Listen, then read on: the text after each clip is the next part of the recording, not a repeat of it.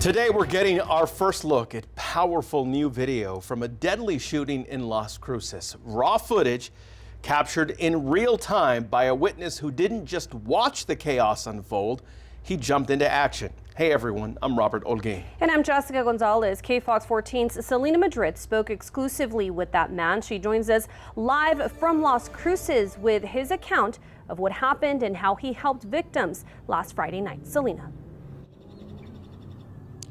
Well, this man's name is Craig Theriault, and after speaking with him one-on-one today, he really is just a car enthusiast. And he tells me that last Friday he was here at Young Park for what he described as a community gathering. But that night it would ultimately end in tragedy. And Craig, he actually captured the entire thing on his cell phone. That exact footage actually utilized during a press conference held by the Las Cruces Police Department yesterday. And today he walked me through that footage step by step. Remember, the heartbreaking, tragic moment that he held a dying 19-year-old man in his arms. It takes everybody to come together so that way we can prevent this from All right, ever ladies and happening gentlemen, if you again. don't know, it's me, Craig, again. We're here in Las Cruces, New Mexico at Young's Park. It's a night Craig Theriault says he'll never be able to shake. I was at church and we had just broken the fast, and one of my buddies called me from Deming and said he's on his way over here because they're having a big car show. So I was like, a car show? Okay. So I ran to the garage real quick and I got out my antique. And of course I wanted to go show it off and do some burnouts with the kids. Now tire marks scar the asphalt, the only reminder of what began as a night of celebration and ended in bloodshed. Theriault says he can't stop reliving it. Been back at least 30 times in the last couple days. Morning, as soon as they open up until they close. Seen one guy open carrying an AR-15. I know here that you're allowed to open carry if you're licensed. You're allowed to open carry here.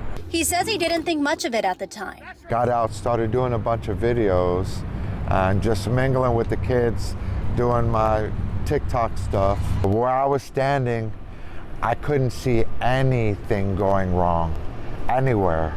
The crowd was energized. His video shows kids in the middle of spinning cars, laughing, smelling burnt rubber. A Mustang came through, was doing some really good spins. Kids felt good enough to where they can get in the middle of the car so that way they can just enjoy the rush of being around the Mustang's finish. And he trails off around the side, and then I turn the camera to me and just give like, whoa, this is crazy, you guys, la la la. My heart's like racing.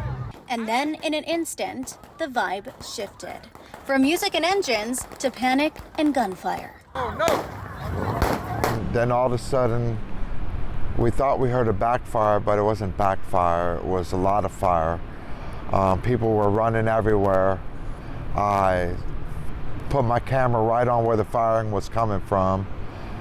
Seen two gentlemen go down to my left, and then one of the gentleman's kids tried to help him, and then he got hit a couple times and was running out of the way. I just kept my camera facing that way, and then as I seen the gunman run into the car, I knew I had to run over and help one of the children that fell. The teen he tried to save was 19-year-old Dominic Estrada. I didn't care about them bullets still going. I didn't really care about it at all. I wanted to go help that kid. Dominic's family, grieving, shared this photo with us so you could see his face. They told us they're thankful Theriault was there for him in his final moments. 12 minutes and 59 seconds. That's how long Theriault says he tried to keep him alive. I don't know if he was conscious, but his eyes were open, and it's like he was trying to talk, but he was having heavy breathing, and that was how I learned his first name. I ran over to him and I took my shirt off. One guy ran up and said, "What do we do?" And I was like, he was like, "We need to get a shirt, put it on his head."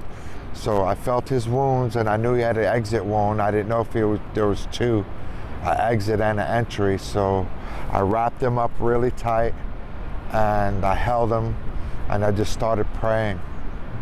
started praying over him. Dominic never made it home, and neither did two others who had their whole lives ahead of them. There's a bunch of healing that all of us need to do. There's hundreds of kids right now that are traumatized. We all need to come together as a community like we did for the car show, but now for healing. So there is multiple memorials spread out across the parking lot here at Young Park, but the memorial right behind me, this one in particular, is just dedicated to Dominic. As you can see, dozens of candles, balloons, the number 19 as he passed away at 19 years old. You could even see his photo from elementary school on that cross, along with paintings and writings on the sidewalk here. This is a developing story that we are continuing to follow very, very closely. You can stay up to date with our full coverage over the last week by simply going to our website, kfoxtv.com. I'm reporting live from Las Cruces at Young Park. Salina, Madrid, back to you. All right, Salina, thank you for that. Meantime, here, a nonprofit in Las Cruces that's helping the victims and the families impacted by last week's tragedy. We're talking about the Community Foundation of Southern New Mexico. It says it has raised more than $40,000 to support victims' families. Organizers say the amount each family receives will be based on their specific needs. So we're really going to be able to fill that gap for families. So there's not really a particular amount per family, but it's really what the families need right now. We are helping with the families that have lost someone and working on funeral costs. The Las Cruces Community Foundation will continue to accept donations for the next couple of months. If you'd like to donate, we have a link posted at our website, kfoxtv.com.